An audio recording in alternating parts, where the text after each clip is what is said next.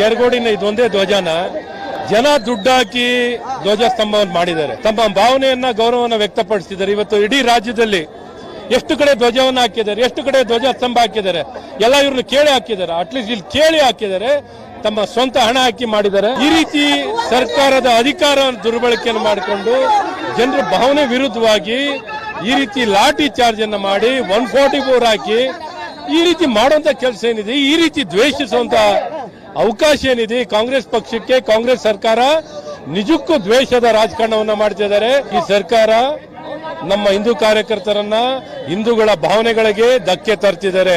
ಇವತ್ತು 500 ವರ್ಷದ ಈ ಅವಮಾನ, ನಾವು ಅನ್ಯಾಯಕ್ಕೆ ಒಳಗಾಗಿದ್ದನ್ನ ಸರಿಪಡಿಸುವಂತದ್ದು ಇಡೀ ಭಾರತದ ಜನರ ಭಾವನೆ ಆಗಿತ್ತು. ಅದೇ ದಾರಿನಲ್ಲಿ ಕೆರಗೋಡಿನ ಜನರು ರಾಮನ ಧ್ವಜ, ಹನುಮನ ಧ್ವಜವನ್ನ, ಭಗವದ್ ಧ್ವಜವನ್ನ ಹಾರಿಸಿದ್ದಾರೆ. ಅವ್ರೇನು ತಪ್ಪೇನು ಮಾಡಿಲ್ಲ. ಸರ್ಕಾರದ ಕಂಬದ ಮೇಲೆ ಹಾರಿಸಿಲ್ಲ,